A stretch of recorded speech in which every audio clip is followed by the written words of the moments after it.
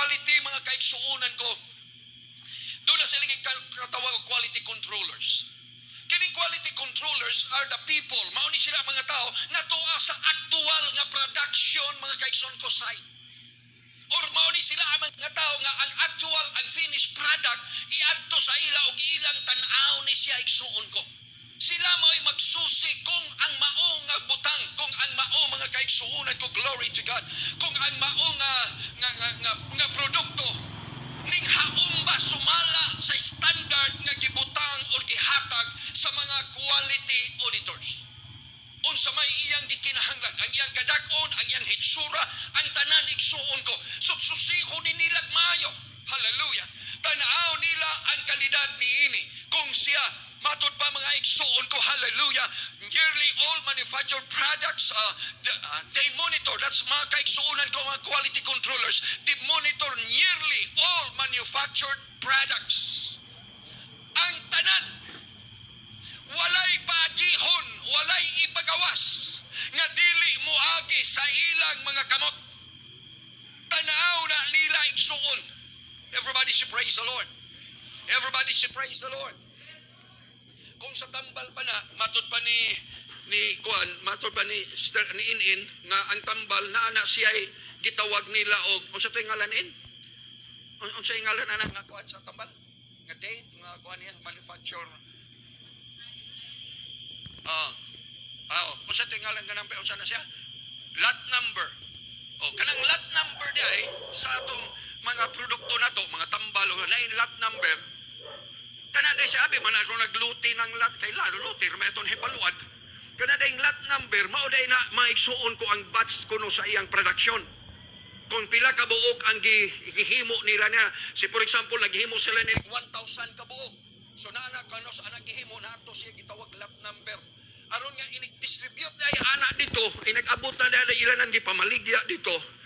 Pag usa niya to, dunay customer, dunay adverse reaction or whatever, dunay dili maayo nga resulta igsuon ko, glory to God, dalira nila tong i-recall. Hallelujah. Mag-order sila o kini nga tambal, mao ni nga lot number, ang tanan, iuli na ninyo kay depektibo na. Hallelujah. So katong tanan makuha gyud to kay do na may iyang number niya. Ginasunod na nila, ginatan-aw na nila, hallelujah, ilang i-insure, ilang sigurohon, nga matag produkto igsuon ko will meet the specified standard. Amen. Kinahanglan ang matag-usa, tan-aon ang matag-usa, kung ang matag-usa niini, nag-meet ba ni siya sa iyang specified standard. Amen. Dili lang na kay basta lang mga kaigsuunan ko nga palabyan, paagi na siya kung kini siya ni pasarba igsuon ko. Everybody say praise the Lord. Matod pa, the rule involves ensuring that the raw materials and the finished product are of high quality.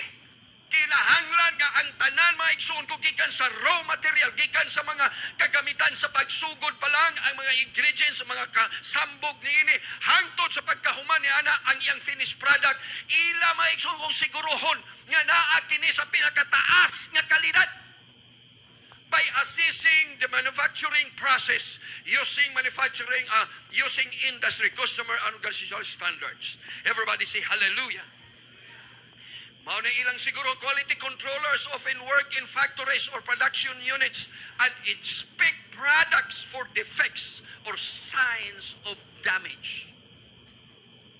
Sila ilag yun ang tan-aon di ay ang resulta. Everybody say praise the Lord. Everybody say praise the Lord. Kay ilang susihon ang iyang produkto, kung kining mao nga produkto wala pa siya depekto igsuon ko. Di lang nga depekto, bisan og wa pa makita ang depekto, but it shows signs of defect. Amen? Amen? What I mean while I am talking about this igsuon ko, hallelujah, ayon lang na inyo guna-huna mahitungod maigsuon ko sa physical or material or secular maigsuon ko nga trabaho or mga factory. I'm speaking to you, I'm talking to you about our spiritual life. Sa pagpangalagad nato diha sa atong Ginoo mga kaigsuonan ko. Everybody say praise God. Unsaon mo pag-aplikar niini diha sa atong mga kinabuhi. Hallelujah. Unsa man kini diha sa ato mga kinabuhi. Sa pagpangalagad nato sa Dios, ang Ginoo adunay mga standard sa atong pagpangalagad. Dili lang kay basta nangalagad ka, dili lang kay basta Kristohanon ka. Ipakita o ipamatuod nga matuod ka nga Kristohanon by the standards of God diha sa atong kinabuhi. Some people they love to be called a Christian. Hallelujah. Gusto kay nilang tawagon silang Kristohanon. Everybody say amen. They are proud of themselves. And in fact, some of them are promote themselves as Christians. But the problem is, ang ibubang pagka-Kristohanon, ming abot pa ka sa standard nga giset sa Ginoo igsuon ko, nga gusto sa Ginoo nga manaa diha kanimo. To ensure that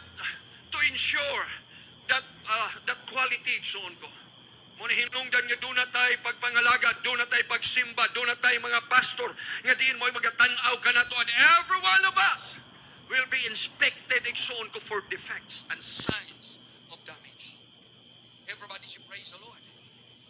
Muna nga dili ka ngayon nga mapag-uhan, dili ka ngayon mga kaigsuunan ko nga maghunahuna ka nga kagrabe man po si pastor, hilaptunon man ni si pastor, kini si pastor sakit man po ng waliha, mga kaigsuunan. It's because matag usa ka nato nga nangalagad o Ginoo, nagkinahanglan ka nga diin ikaw atong ma-maintain ang quality sa atong Christian life. Everybody say hallelujah. Glory to the name of the Lord. The quality controller then determines which product are good enough for sale. Sa ang quality controller, iyan ang tanawon.